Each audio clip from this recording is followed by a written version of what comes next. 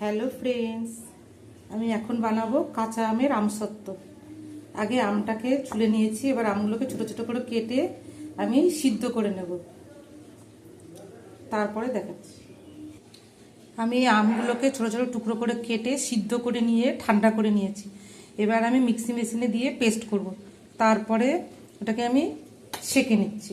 Paste করার পরে আমি সিদ্ধ আমটাকে ছেঁকে নিয়ে এর পাল্পটা নিয়ে নিচ্ছি, এরপরে আবার দেখাচ্ছি। এবার আমসত্ত্বের জন্য কড়াই গরম করে এর মধ্যে আমি 1 বাটি মাপে চিনি দিয়ে দেবো, যে যা নিজের আন্দাজ মতো দেবে। এক বাটি চিনি দিয়ে এবং এর মধ্যে একটুখানি জল দিয়ে দেবো।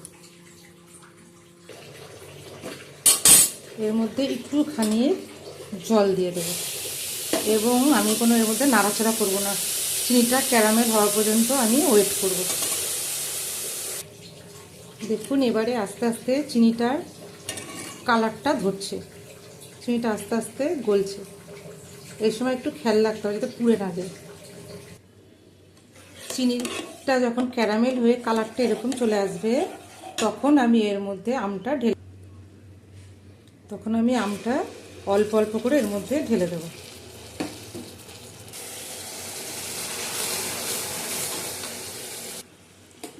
এবার আমি পুরোটাই ঢেলে দেব আমের পাল্পটা।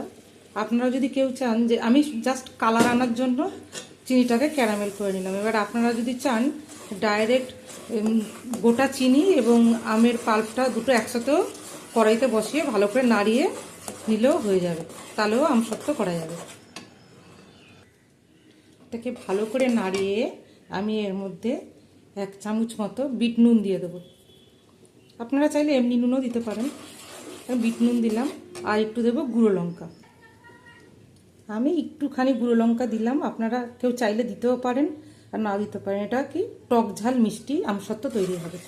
আর কেউ যদি টক মিষ্টি খেতে চান তাহলে গুঁড়ো লঙ্কা দেওয়ার কোনো প্রয়োজন নেই। এবার এটাকে ভালো করে নাড়িয়ে আরও গাঢ় করে নিতে হবে। দেখুন, আমটা ফোটাতে ফোটাতে ঠিক কালারটাও কতটা সুন্দর এসেছে এবং এর ঘনত্বটাও ঠিক এরকম হয়েছে। আপনারা কেউ চাইলে ফুড কালারও দিতে পারেন। এই সময় একটু টেস্ট করে দেখে নেবেন যে টক ঝাল মিষ্টি কিছু প্রয়োজন আছে কিনা, সেটাও এই সময় দিয়ে দেওয়া যাবে। আমি এরপরে নামিয়ে ফেলবো, এটা আমার হয়ে গেছে। এবার থালার মধ্যে কিছুটা সরষের তেল দিয়ে আমি এটা মাখিয়ে নেব। আমি থালার মধ্যে এরকম করে দিয়ে থালাটাকে ভালো করে নাড়িয়ে নেব, এরকম করে ঘুরিয়ে ঘুরিয়ে দিয়ে এটা আমি রোদেও দিতে পারি বা পাখার তলায় দিয়েও 2 দিন পাখার তলায় রাখলেই এটা শুকিয়ে যাবে। দেখুন, আমি অতটা আমের পাল্পটা আমার আমসত্ত্ব দুটো থালায় হয়েছে।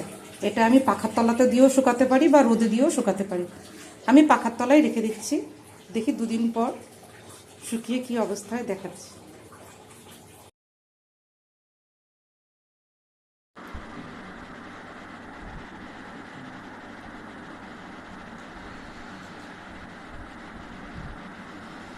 আমসত্ত্বটা প্রায় হয়ে গেছে বন্ধুরা, তাই এখন তুলছি। কালকে করেছি, আজকে 2 দিন শুকানোর পর আমসত্ত্বটা আমার এরকম উঠে সুন্দর উঠে যাচ্ছে।